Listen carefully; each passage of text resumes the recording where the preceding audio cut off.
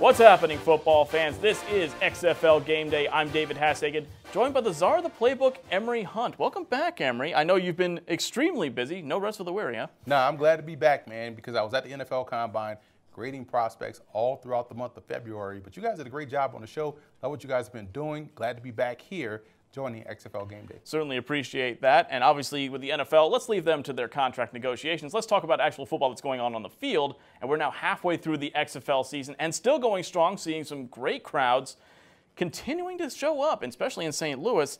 Is that one of the biggest stories for you as we get to the halfway point of this season? The biggest story for me has been the level of excitement and consistency of that excitement throughout the course of the first 5 weeks. Normally you have the week one excitement, everybody's tuning in to watch it, and then it drops off.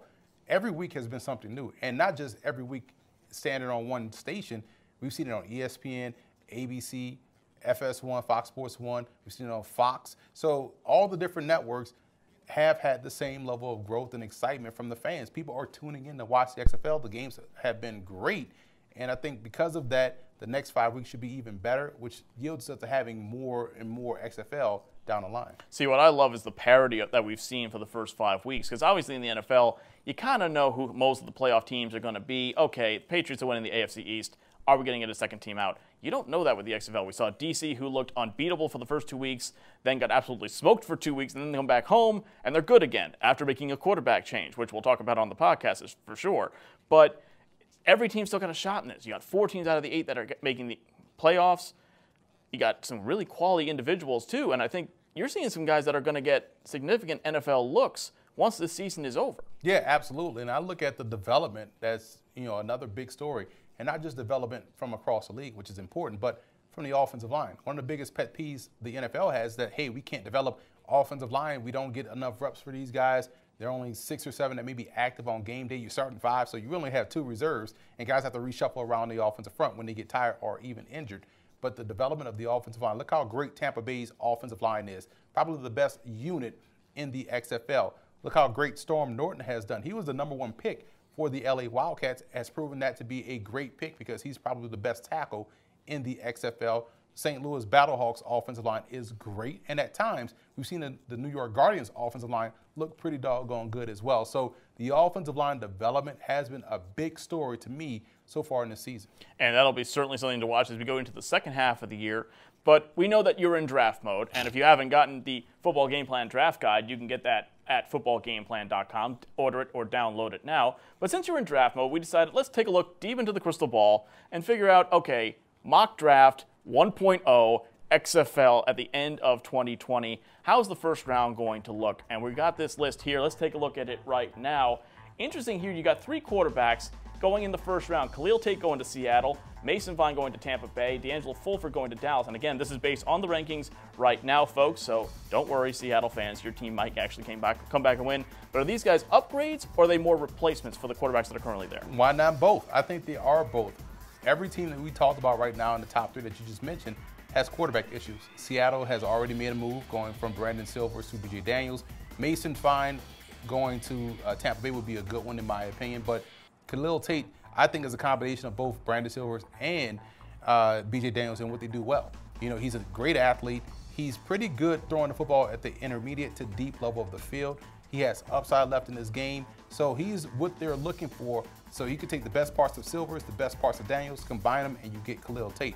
Tampa Bay should have started Quentin Flowers, but they've gone with Cornelius, who just isn't that great of a passer on a consistent level. He'll have flashes. Mason Fine is consistent, dynamic, reminds me a lot of Baker Mayfield and what he did down there in Oklahoma. He was doing the same things at North Texas, had a big upset victory over Arkansas, lost all of his weapons this year as a senior. The numbers were still pretty good, but because he's 5'10", people will knock him, but Mason Fine is a tremendous quarterback. I think would be outstanding in Mark Trestman's offense. And you also look at the Dallas Renegades. The Landry Jones experiment was a failed one. Philip Nelson is just a guy, in my opinion, so why not add a dynamic player in D'Angelo Fulford, who played in the spread offense at Mount Union, Division III powerhouse, was one of the best players in Division III, over 100 touchdown passes in his career to only 20-something interceptions. So he can do it throwing the football. He's a great athlete, doing it on the ground as well. performed really well down at the College Gridiron Showcase, where he didn't look overwhelmed by playing against top competition. I think he'll be an ideal fit in Dallas playing that run and shoot offense. Now, obviously, in the NFL draft, you're going to have more of a diversity in terms of where, what positions are being picked. You're going to have a run on offensive lineman. You're going to have a couple defensive players go. You only have one defensive player and one offensive lineman that made this list. Talking about Zach Sanmartino from Dartmouth, offensive lineman, played tackle. He was going to New York in your draft. And Nicholas Pridgeon, the linebacker from Winona State, going to St. Louis at number 6. Why do you only have one guy from each of those positions, and what makes those guys first-round picks in your opinion? Well, you look at Sanmartino, first of all, I think because he played tackle, but I think will be a better guard at the next level, gives you that flexibility, a guy that can play 2 spots. But we know New York is probably going to make some changes on the offensive line, considering the inconsistencies they've had there with, issues of guys getting thrown out of games. Just really need a whole reboot, I think, up front. You want to continue to stockpile talent on the offensive line. Almost went quarterback there as well, but I like Luis Perez and what he can do. I think giving him an opportunity to continue to grow would be beneficial for him. I almost went receiver, but I kind of like the guys that they have. You want to see what they can do when you have a quarterback that's competent to get them the football. And as far as defense is concerned, St. Louis is built on their run game and their defense. You see what their defense has done. Why not add a tremendous playmaker in Pridgeon out of Winona State, who can do it great on both ends of defense? He's 6'3", 234. He's got great range in the passing game. He can also, stop the run. He shows the ability to get to blitz. So he's a good guy to rush the passer. And they may even lose a guy in the offseason to the NFL draft. So you stockpile a playmaker on defense with another one in Winona State. But going back to pick number 4, you talk about the running back situation.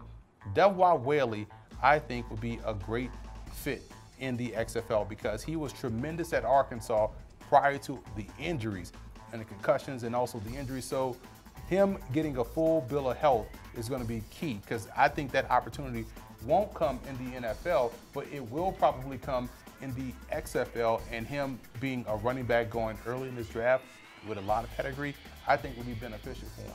And especially with the amount of running backs we've seen had great games and great seasons so far in the XFL, the running back position has not been neglected like it has been at times in the past in the NFL. So maybe for a running back that's got a little bit of a burst, but maybe it's too much of a risk for an NFL team, this is the place to go. Well, speaking of risk, you talk about Tobias Taylor out of Virginia Union. D2 guy that left early, but was a highly touted recruit, and he's a guy that just had a lot of issues, ended up at Virginia Union, put out a tremendous 2 seasons, for the Panthers, but here's an opportunity where he may not get a chance to go to the NFL. XFL would be perfect for him. He reminds me a lot of Chris, the running back out there in Seattle, Chris Carson, so how he runs the football. And Lucky Jackson, the receiver for Houston. Let's say they lose Cam Phillips to the NFL. Lucky Jackson is a tremendous receiver out of Western Kentucky, fits right into that offense. Would be a perfect fit. Fits like a glove, in my opinion. It's going to be interesting to watch that, but way too far in the future. So when we come back, Scott Churchill will have his opinions on the week that was, and we're going to talk about some midseason awards with Troy Anthony joining Emory right here on XFL Game Day.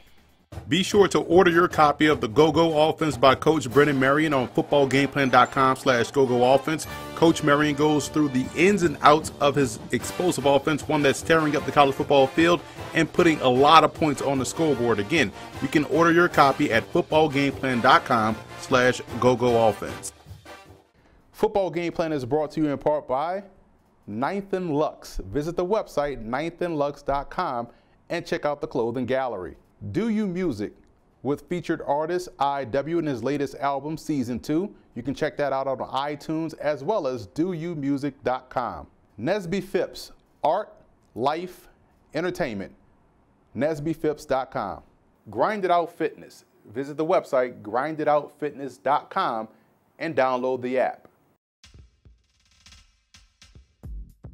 What is going on, folks? I'm Scott Schertzen, and here we are already at the halfway point of the XFL season. Time flies when you're having fun. So, I think it's time we look at it from the standpoint of how are the ratings doing? Now, if you read articles in USA Today, Forbes, and a ton of other places, they have loved to talk about how the ratings are down. And they're right. Technically, they are down. Can't argue that. Ironically, these are the same news outlets a year ago who could not stop raving about the new and now defunct Alliance of American Football. So, let's do some apples-to-apples comparison from a year ago to now. Week 1 of the AAF saw an average of 1.9 million viewers from the 3 networks that reported in. Week 2, dropped it to 600,000 viewers. And by week 5, where we are now, that average dropped down to 400,000 viewers, including less than 500,000 on their best network, TNT. Now, by comparison, week 1 of the XFL averaged 3.12 million for week 1, 2 million for week 2, and this past week still averaged well over 1 million plus folks. So yeah, a dip, but 5 weeks into the league and it's still doing well and has a bright future. Sorry, haters. Now, it's not going to be all sunshine and rainbows going forward. Starting week 7, the XFL will be going up against March Madness, the start of the MLB season, and even the XFL playoffs and championship are going to be going head-to-head with the NBA playoffs. So yes, the ratings are absolutely going to drop. But you've got a league where the fans get in-game selfies with players and make colossal beer snakes that even the commissioner of the league added to his own beer cup to. So, gotta love it. For XFL Game Day, I'm Scott Churchson.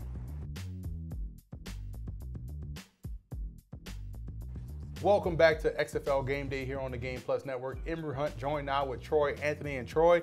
It's the mid-season part of the XFL, so why not hand out some mid-season awards, starting with the most valuable player. I think we may agree on who your pick is. Absolutely. My pick has to be the baller of the season so far, and P.J. Walker, quarterback for the Houston Roughnecks. He's done it all. He can get it done with his legs. He can get it done through the air. He leads the league with 1,300 passing yards, 15 touchdowns to only 4 interceptions, 104 QB rating. He's the MVP at this point. Yeah, obviously when you talk about a guy that has been the star of the league, quarterback play is going to be huge for the league to sustain itself. We're seeing great quarterback play from P.J. Walker. We're seeing good quarterback play from Jordan Ta'amu.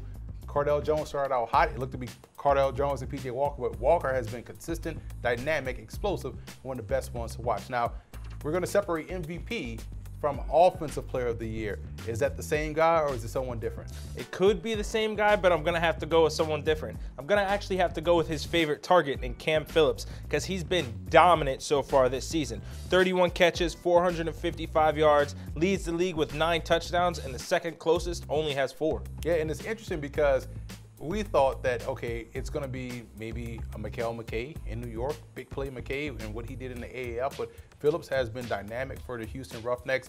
And I would probably give it to both of those backs in Tampa Bay because they're spearheading that offense right now. I love how both guys are amongst the top 3 in rush leaders here in the XFL, but Cam Phillips and what he's been able to do, you talk about consistency. He only had the 1 down game, but that's because it didn't go to him.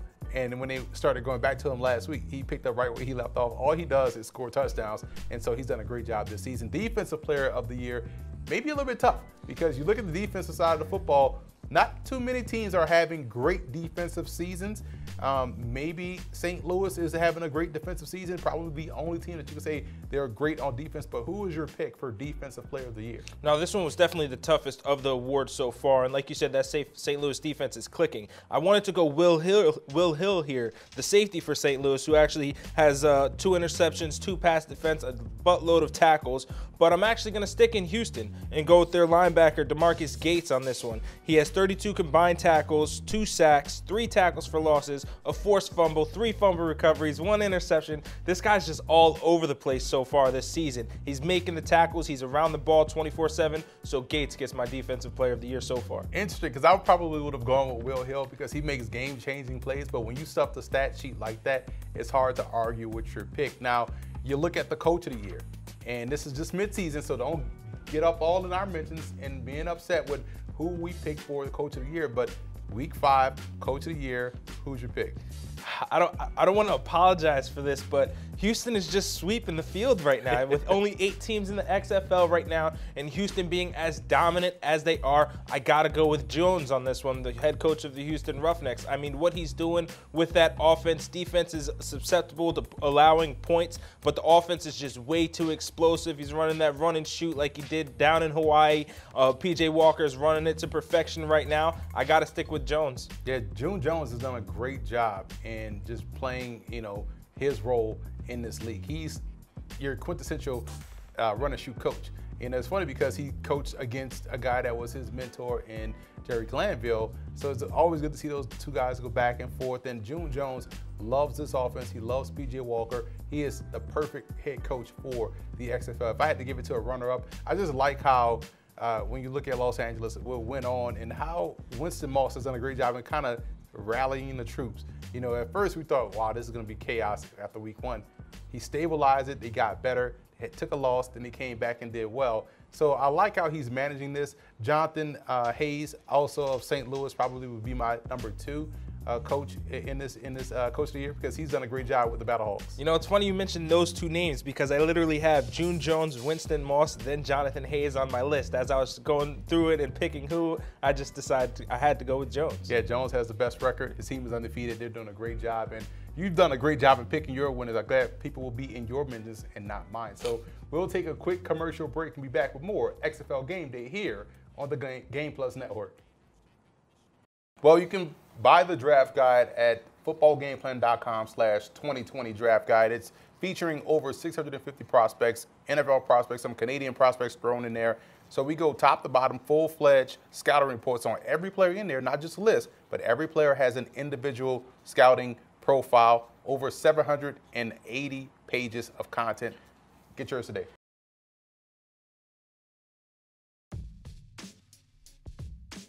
Welcome back to XFL Game Day, right here on the Game Plus Network. I'm Troy Anthony, bringing you the XFL Week 6 Best Bets. In our first matchup of the weekend, we have the Houston Roughnecks taking on the New York Guardians. The Roughnecks are rolling right now, sitting at 5-0, and the Guardians are coming off of 2 nice wins in a row. This is going to be a good game. I like the Roughnecks to take this one, though, with the -6.5 on the spread. The Guardians' defense has been playing very good, and I know the Roughnecks are said to let up points, but I think this P.J. Walker-led offense is just too explosive at times. In the next matchup, we have the St. Louis Battlehawks heading to take on the Tampa Bay Vipers. Ever since Cornelius took over full-time for the Vipers, the offense has looked a little bit better. But the Battlehawks offense and that defense is very stout, arguably the most complete team in the league. They're sitting at 3-2 while the Vipers are sitting at 1-4. I'm taking the Battlehawks here, -2.5 to get the win. Next up, we have the DC Defenders at home against the Dallas Renegades. Cardell Jones got benched last week, and the DC Defenders found themselves in the win column once again. I like DC to get it done at home. I'm going to take them on the money line at -200 to defeat the Dallas Renegades. And in our last matchup of the weekend, we have the LA Wildcats heading to take on the Seattle Dragons. LA sitting at 2-3, Seattle sitting at 1-4. Both of these teams need to make something happen if they're going to have any hope of making the postseason in this one. So I like LA to take this one. I'm going to take them with the spread, even though that they're on the road. Their quarterback, Josh Johnson, has been lights out so far. He's missed a game, and he's still already over 1,000 yards passing so far this season. I think Josh Johnson can get it done. With your XFL Week 6 Best Bets, I'm Troy Anthony. Now it's time to get into the Week 6 action, folks, and we're going to start with an interesting matchup in the Meadowlands. Houston at New York, Saturday 2 p.m. on ABC. New York has looked so much better under Perez. Houston's gotten a couple scares the last couple of weeks. Maybe they're a little vulnerable for their first loss of the season in this one. Well, it's going to be a big test for the Guardians' defense, because how can they match up against this explosive, dynamic attack with a mobile quarterback in P.J. Walker? So their defense will be stretched thin.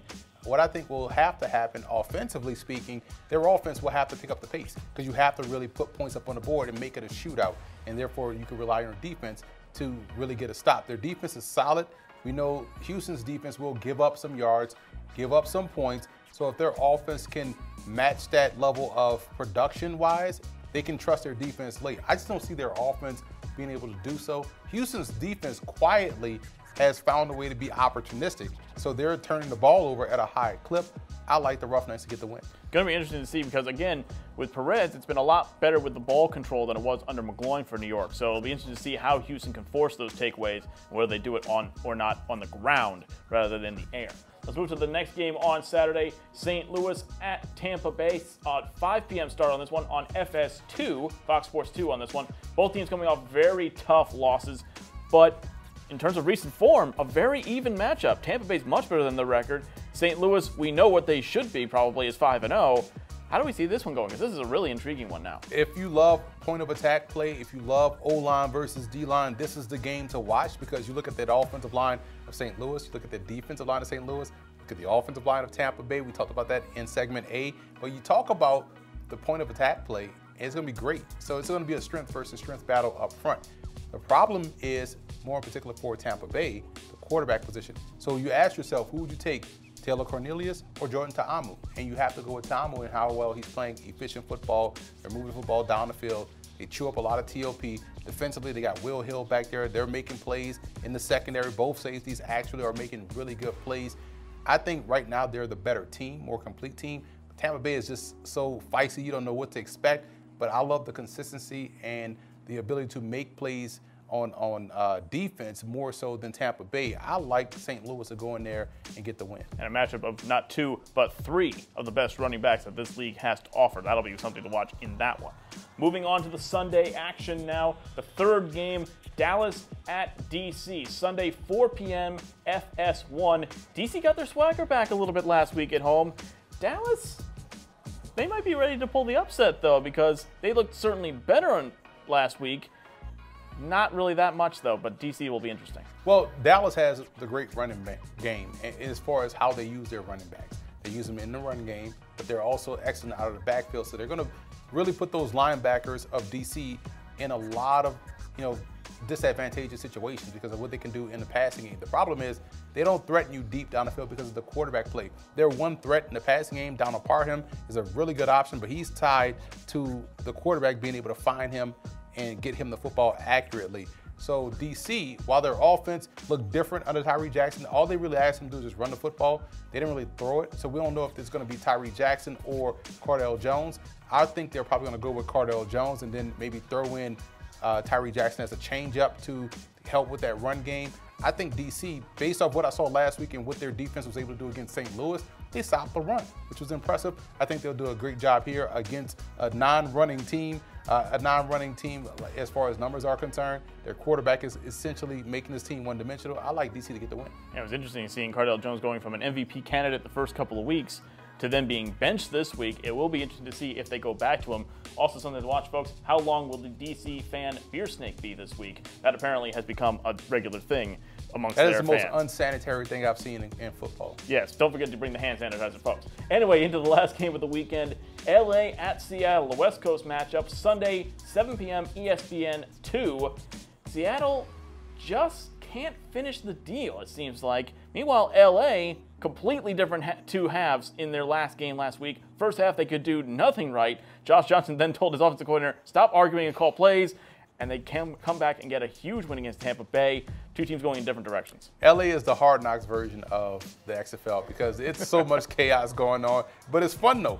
You saw them go complete bonkers in the first half of the last week's game and just look unstoppable in the second half. And I think because they have the better quarterback in this situation, they have the more dynamic passing game and run game, I think they are going to win this one against Seattle. Seattle played better last week defensively. I don't think it'll hold up this week against LA. They just need to be able to finish in the fourth quarter, which they haven't been able to do. LA, as long as Josh Johnson has his mouthpiece from the start of the game, he will be fine for all 4 quarters.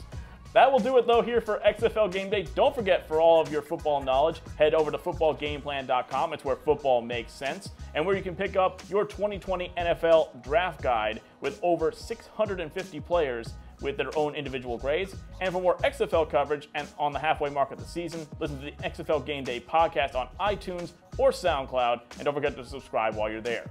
For all of us here at Football Game Plan, thanks for watching, and enjoy the start of the second half of the XFL season.